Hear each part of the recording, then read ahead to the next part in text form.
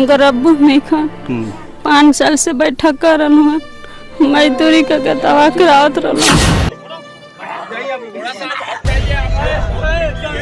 20 जनवरी को उनकर अब्बा के इंतकाल हो गए।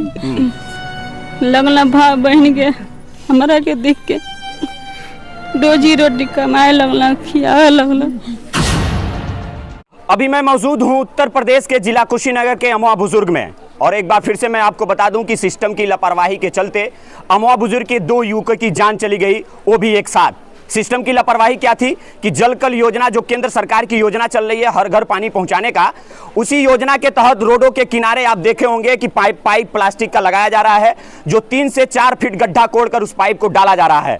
जहां कल एक्सीडेंट हुआ था वो वीडियो आप सभी को मैंने दिखाया था कि वहां पर जो मिट्टी थी वो उस गड्ढे में डाली नहीं गई थी, और जिसके कारण ट्रैक्टर का आगे का जो चक्का था उस में फंसा और ट्रैक्टर पलट गई और दोनों युवकों की उसमें दबने से मौकाए वारदात पर मौत हो गई। वहां पे पुलिस पहुंची, जेसीबी के माध्यम से उस दोनों शव को निकाली और उसके बाद अपने कब्जे में लेकर पोस्टमार्टम के लिए भेज दी। अब हम आपको बता दें कि अभी मैं समीर अंसारी के घर आ चुका हूं, जिसका उम्र लगभग 18 साल बताया जा रहा था। उसकी घर की स्थिति देखा दीजिए कि उसकी कितने गरीब फैमिली से थे, और बताया जा रहा है कि पिछले मार्च के महीने में इनके पिताजी भी इस दुनिया को छोड़कर चले गए थे। और समीर अंसारी पढ़ाई के साथ साथ ईंट भट्ठों पे काम करता था। इतना गरीब परिवार था, अपने परिवार को चलाने के लिए, अपने परिवार को भरण पोषण करने के लिए ईंट भट्ठे पे काम करता था, और जिसके कारण वो सिस्टम की लापरवाही के चलते आज उसकी जान चली गई। तो सोचिए इस गांव में क्या माहौल होगा। 2 युवकों को एक साथ अर्थी उठी है, और एक शमशान घाट पहुंचा है और एक कब्रिस्तान पहुंचा है। तो आप सोचिए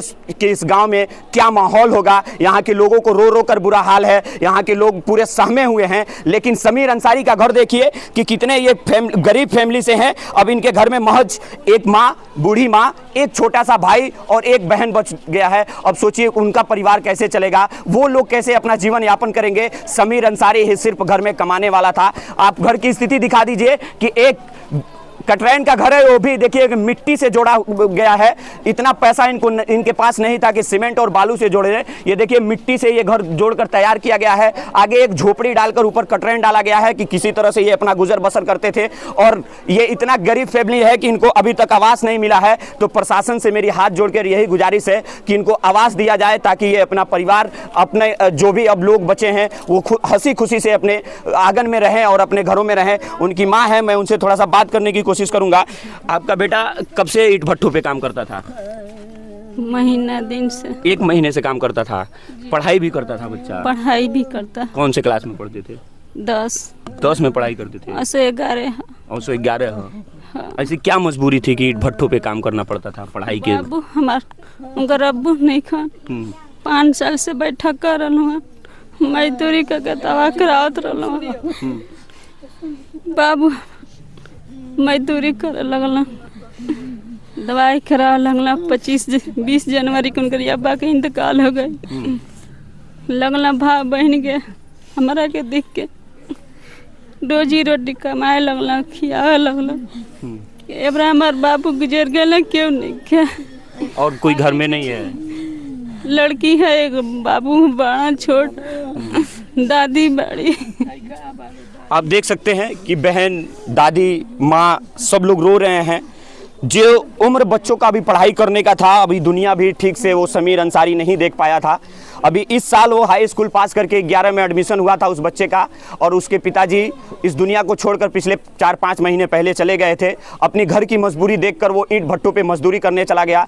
1 महीने पहले बता रही है उनकी माँ कि वो हमारे घर की स्थिति देखकर 1 महीना पहले वो जाकर ईंट भट्टों पे काम करने लगा। ईंटा पाथने का काम करता था, लोगों के घर ईंटा पहुँचाने का काम करता था। और कल वो बच्चा 3 से 4 बजे के करीब में मैं वीडियो आपको दिखाया था कि वो कहीं गया था ईंट पहुँचाने के लिए, और जब वहाँ से आया तो सुकुल पट्टी के गांव के किनारे जो पाइप लग रहा था, जल कल योजना का जो पाइप था, वो गड्ढा कोड़कर 6 फीट अंदर, 4 से 5 फीट अंदर उस पाइप को डाला गया था। लेकिन सिस्टम की लापरवाही, एक बार मैं फिर से याद दिला दूं कि उस गड्ढे में मिट्टी नहीं डाली गई थी, और ट्रैक्टर का आगे का जो चक्का होता है उस गड्ढे में फंसा और ट्रैक्टर पलटी मार गई, और 2 युवकों की एक ही गाँव की जान चली गई। और दोनों युवक बिल्कुल युवा थे, एक की उम्र 18 साल और एक की उम्र 19 साल बताई जा रही है। अब सोचिए कि माँ का रो रो कर बुरा हाल है। अब ये अपना भविष्य सोच रही हैं, क्योंकि एक एक घर में बेटी है और एक छोटा सा बच्चा है, घर भी नहीं है। इनके जो पति थे वो भी इस दुनिया को छोड़कर चले गए हैं। अब इनको ये चिंता सता रही है कि आगे की जो इनकी जीवन यात्रा है वो कैसे चलेगी। जो घर को कमाकर खिलाता था, मजदूरी करके खिलाता था, पढ़ाई के साथ साथ